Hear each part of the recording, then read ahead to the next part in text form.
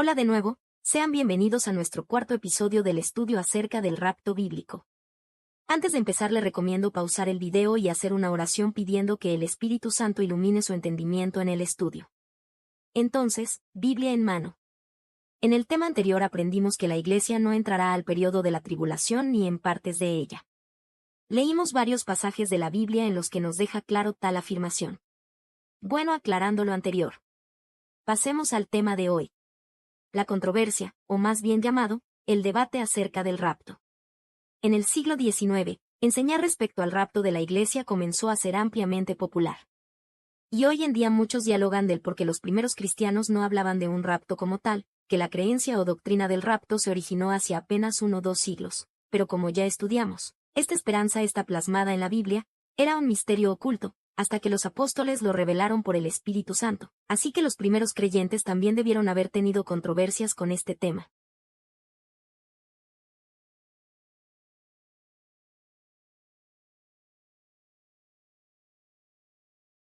Pero a decir verdad, el tema del rapto tomó mayor popularidad en estos últimos tiempos, ya que es un evento que ocurrirá en los últimos días, y como Iglesia hemos de entender que nos acercamos cada vez más al acontecimiento de este suceso. Pero en siglos anteriores, esto hizo surgir preguntas tales como, que si la segunda venida de Cristo implica varias etapas, la relación de esas etapas al periodo de la tribulación, y la distinción de la Iglesia con Israel, en el programa de Dios. En el siglo XX una de las preguntas más discutidas en la escatología tiene que ver con el tiempo del rapto. Los puntos de vista diversos a los que amilenialistas y posmilenialistas consideren la venida de Cristo, como un acontecimiento solo seguido por un juicio y resurrección general de los santos. Dentro del premilenialismo, es decir, del tiempo antes del milenio, 5 puntos de vista principales han sido promovidos acerca del tema del rapto. El pretribulacionismo. El pretribulacionismo enseña que el rapto de la Iglesia ocurrirá antes del periodo de la tribulación de 7 años, llamado rapto pretribulacional. El mesotribulacionismo. El mesotribulacionismo enseña que el rapto de la Iglesia ocurrirá a la mitad de los 7 años de la tribulación, es decir, después de que los primeros 3 años y medio de la tribulación hayan transcurrido. El rapto de preira o tribulacional. La perspectiva del rapto de preira enseña que todos los cristianos serán llevados en el rapto aproximadamente después de 3/4 o en algún periodo de la tribulación, es decir, la Iglesia estará dentro del periodo de la gran tribulación. El post-tribulacionismo. Enseña que el rapto y la segunda venida son facetas de un solo acontecimiento, o sea, que son lo mismo. Y que ocurrirá al final del periodo de la tribulación. De esta manera, afirman que la Iglesia estará en la tierra durante todo el periodo de la tribulación de 7 años.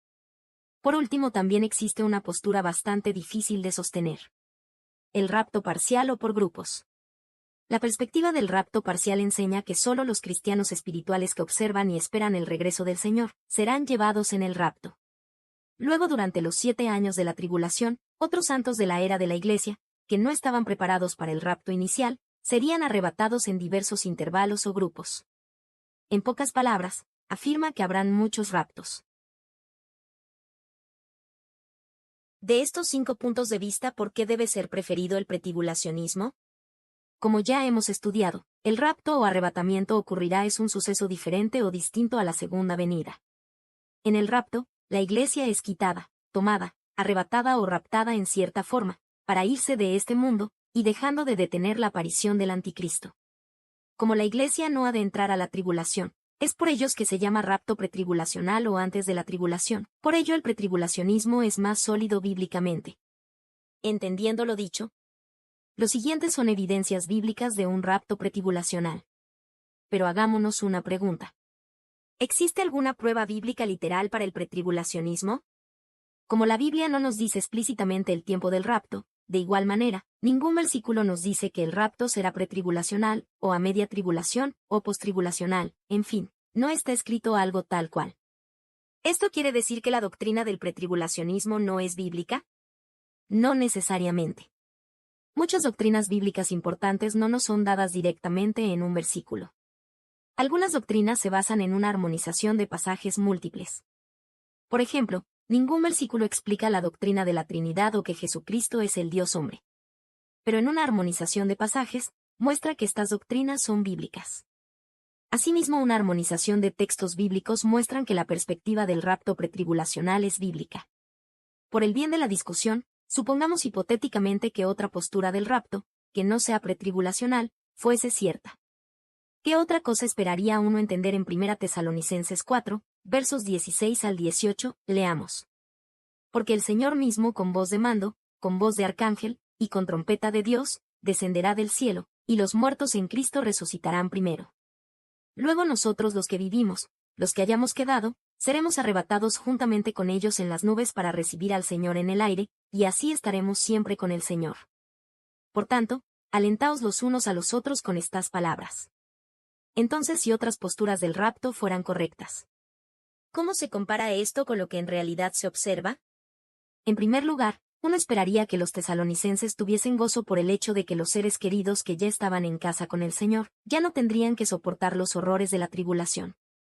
Sin embargo, los tesalonicenses en realidad están dolidos porque creían que sus seres queridos se habían perdido del rapto.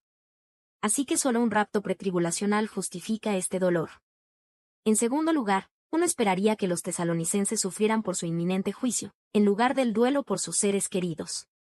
Sin embargo, los tesalonicenses no tienen temores o preguntas acerca de la tribulación venidera. En resumen, ellos creyeron que escaparían de la tribulación, no solo parte de ella o ser preservados dentro de ella, más bien no estar cuando comience ese periodo. En tercer lugar, cabría esperar que Pablo, aun en la ausencia de interés o preguntas por parte de los tesalonicenses, daría las instrucciones y exhortaciones para una prueba suprema, lo que haría que su presente tribulación pareciese microscópica en comparación. Pero ninguna indicación de tribulación inminente, de este tipo, aparece en el texto.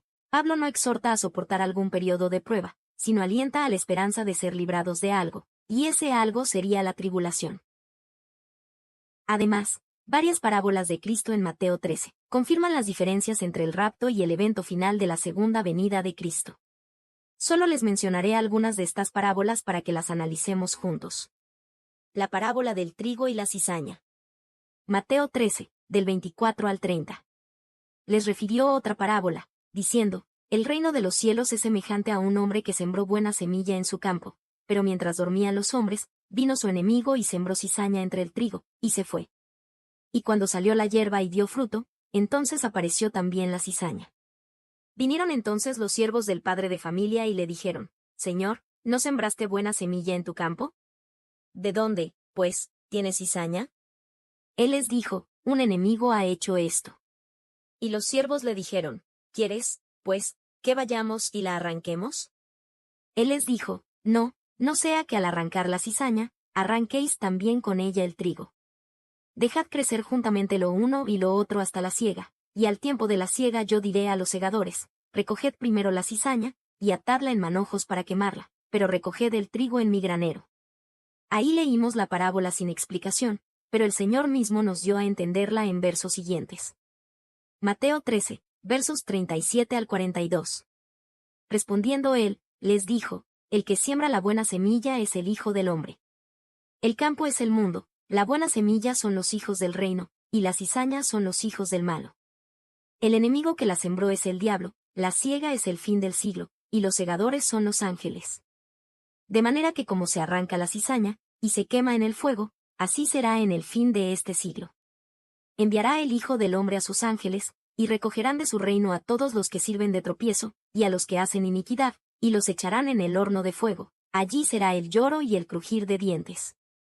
Entonces, después de leer la parábola con la explicación del Señor Jesús, ahí nos dice que las cizañas son los incrédulos, los cuales son arrancados de entre el trigo, quienes son los creyentes, y son separados unos de los otros en el momento culminante de la segunda venida.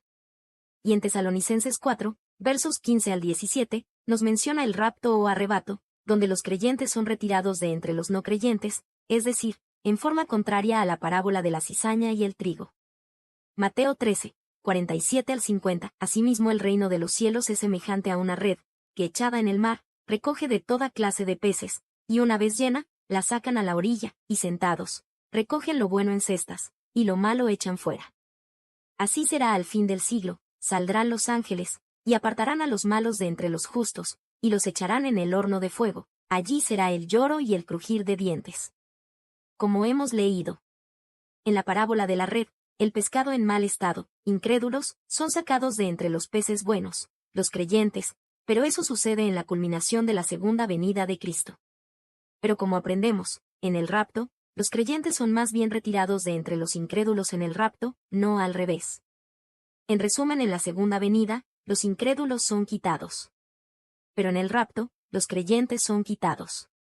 Espero hayamos entendido el punto. Bueno.